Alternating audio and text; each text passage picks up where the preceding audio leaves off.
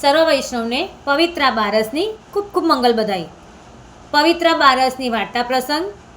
પવિત્રા એકાદશીની રાત્રિએ જ્યારે શ્રી મહાપ્રભુજી અને શ્રી ઠાકોરજી મધ્ય સંવાદ થઈ રહ્યા હતા ત્યારે નજીક દામોદરદાસ હરસાનીજી સૂઈ રહ્યા હતા.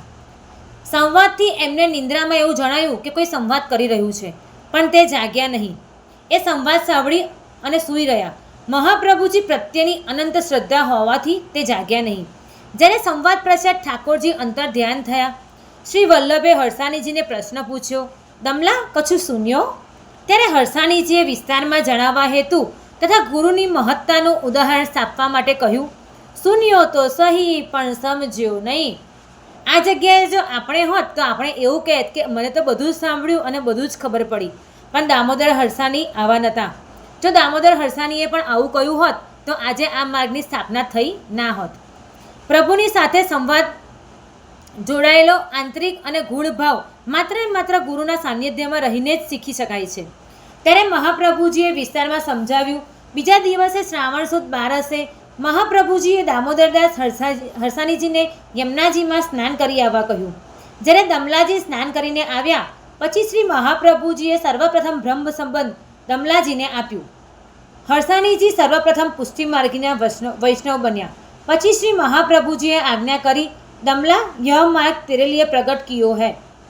દમલાજી બધા વૈષ્ણવના પ્રતિનિધિ છે. આપણે બધા પણ દમલાજીના વંશજો ગણીએ છીએ. તેથી જાણી શકાય કે આ માર્ગ વૈષ્ણવોનો છે. આવી રીતે શ્રી મહાપ્રભુજીએ પુષ્ટિ માર્ગની સ્થાપના કરી. આ કારણથી આજના દિવસે સમગ્ર પુષ્ટિ સૃષ્ટિ માટે મહત્ત્વનો દિવસ ગણાય છે. આ દિવસે જ મધુરાષ્ટકમની પણ સ્થાપના થઈ. ત્યારબાદ મહાપ્રભુજીએ હરસાનીજીને આજ્ઞા કરી, હવે હું જે કહી રહ્યો છું તે અક્ષરે અક્ષર પ્રભુની આજ્ઞા છે. આવી રીતે શ્રી મહાપ્રભુજીએ સિદ્ધાંત રહસ્યનો ગ્રંથની રચના કરી અને દમલાને સમજાવ્યું. શ્રી ગોવર્ધનનાથ કી જય. પવિત્રા બારસની સર્વ વૈષ્ણવને ખૂબ ખૂબ મંગલ બધાઈ.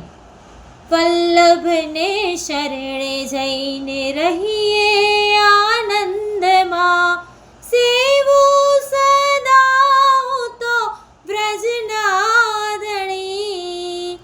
સેવું સદા હું તો વ્રજનાધણી.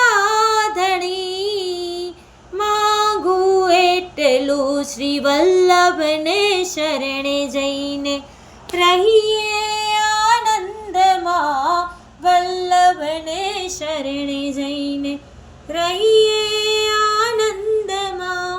સર્વ વૈષ્ણવને મારા જય શ્રી કૃષ્ણ.